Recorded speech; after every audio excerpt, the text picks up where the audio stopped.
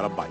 One of the most offensive films with the gratuitous images, Father of the Bride 2.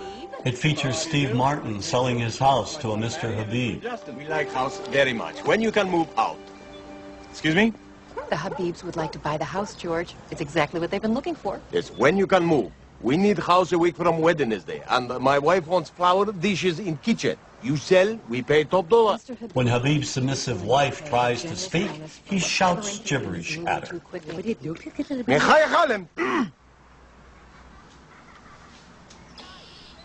And then he offers Martin a $15,000 cash bonus to move out in 10 days. Making real estate history here, George. When Martin tells Mr. Habib that he doesn't want to sell the house after all, he finds Habib's wrecking crew there, ready to demolish his beautiful home.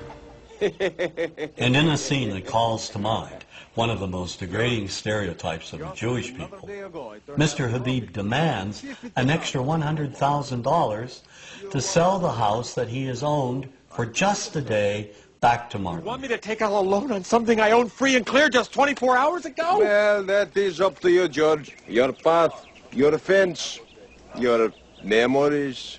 Now, if you looked at the other Father of the Bride films, Elizabeth Taylor, Spencer Tracy, there were no Arabs or Arab Americans. So why does Disney inject these horrific, sort of offensive characters in Father of the Bride Part 2?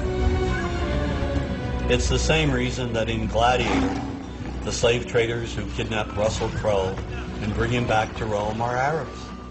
I mean, this is ridiculous. I mean, why does Hollywood inject Arabs, scenes of Arabs, and or slurs demeaning Arabs in movies having nothing to do with the Middle East? So you're sitting like I am, for example, watching Back to the Future about a mad scientist. And yet, early on in the film, we see these ugly, inept Libyans with machine guns in a parking lot trying to gun down the protagonist. I mean, why?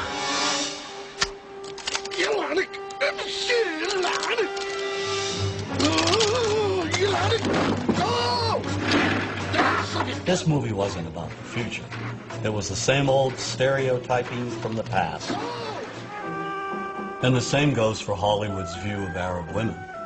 The Arab woman today is bright, intelligent. She's someone who is exceeding in all professions. And yet this reality still is being denied us on silver screens. The highly sexualized belly dancer has been with us from the beginning of Hollywood's history, inspired by early images of the Orient as the place of exoticism, intrigue, and passion. But in recent years, this image has dramatically changed. The Arab woman is now projected as a bomber, a terrorist.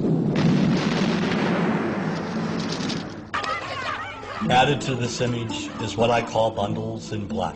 Veiled women in the background, in the shadows, submissive.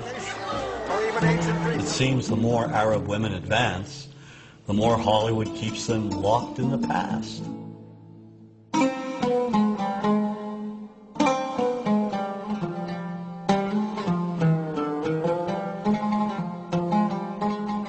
Politics and Hollywood's images are linked.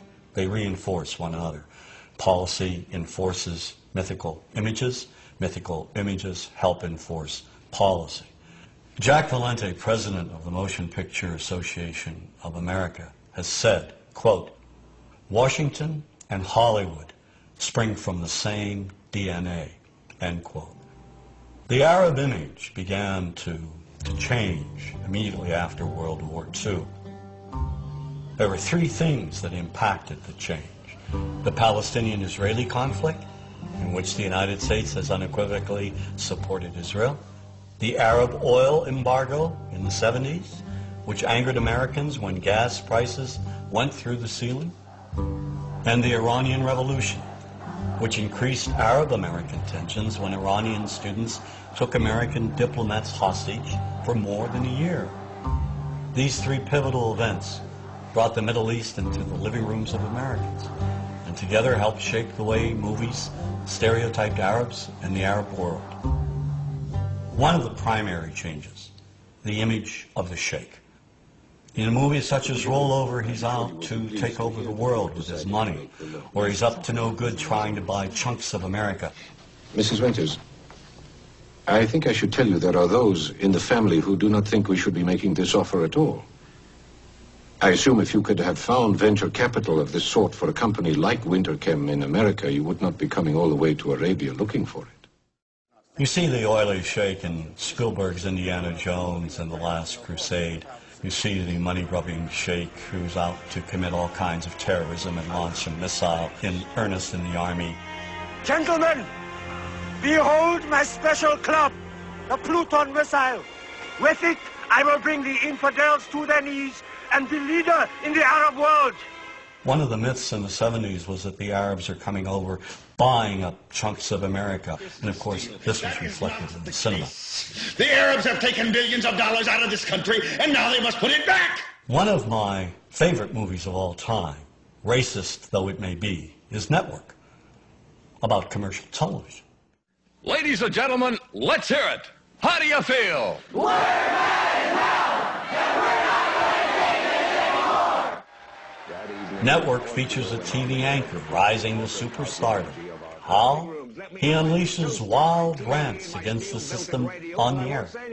But he directs the angriest of all his rants at Arabs, who he says are buying up America. They're buying it for the Saudi Arabian Investment Corporation. They're buying it for the Arabs. The anchor, Howard Beale, calls on the American people to rise up and stop the Arab buyout of his TV network. Listen to me, goddammit. The Arabs are simply buying us.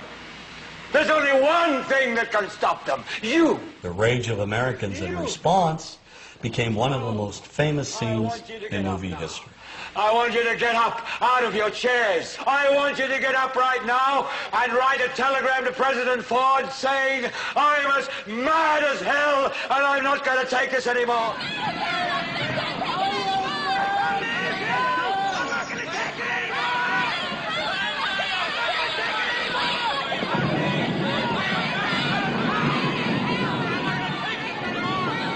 This kind of anger, the anger born of fear, all of it in response to a perceived conspiracy and threat by a specific group of people, well, we've seen and heard this before.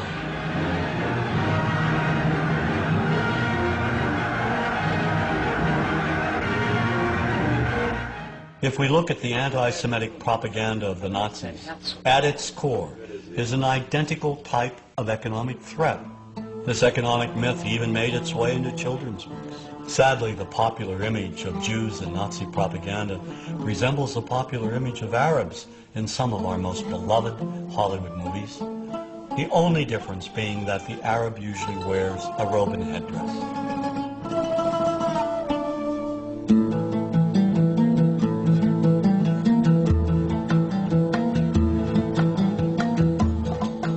Another way we can look at the connection between politics and entertainment, Washington and Hollywood, is the manner in which historically cinema has projected the Palestinian people. Since the founding of the State of Israel in 1948, our support has never wavered. Every American administration has made it clear whose side we're on.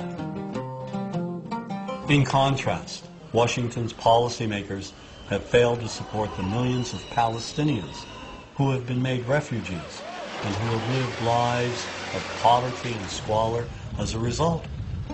While policies impact opinions, so equally unjust is how Hollywood has presented the conflict. Movies repeatedly depict Palestinians as terrorists, making it seem that all Palestinians are evil. Made in America, Colonel.